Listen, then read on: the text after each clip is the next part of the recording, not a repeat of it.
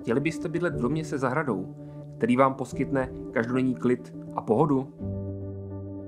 Jmenuji se Jiří Samek a jsem výhradním prodejcem takovéto nemovitosti. Nacházíme se v obci Tutleky, vzdálené 7 minut jízdy autem od Rychnova nad Kněžnou a do Kostelce nad Orlicí to je pouhý 1 kilometr. Jedná se tak o ideální polohu v podobě dobře dostupného, ale zároveň klidného místa pro život. Rodinný dům se může pyšnit bezmála 180 m2 užitné plochy a rozprostřené do 2 podlaží. Přízemí dominuje velkoryse řešený obývací pokoj s krbem, na který navazuje jídelna, kuchyň a nechybí ani spižírna. V patře jsou poté k dispozici 3 samostatné pokoje.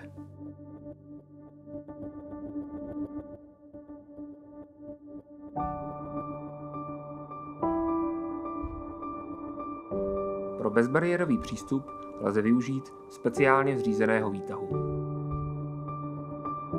Pro vaši lepší představu pojďte nahlédnout do fotoalba prodávajících z letních měsíců.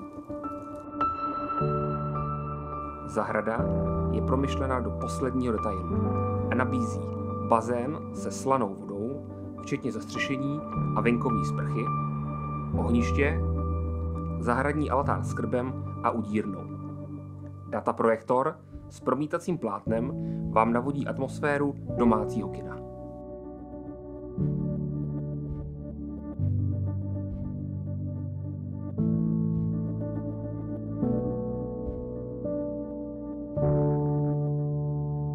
A rodinným domem vás velice rád provedu.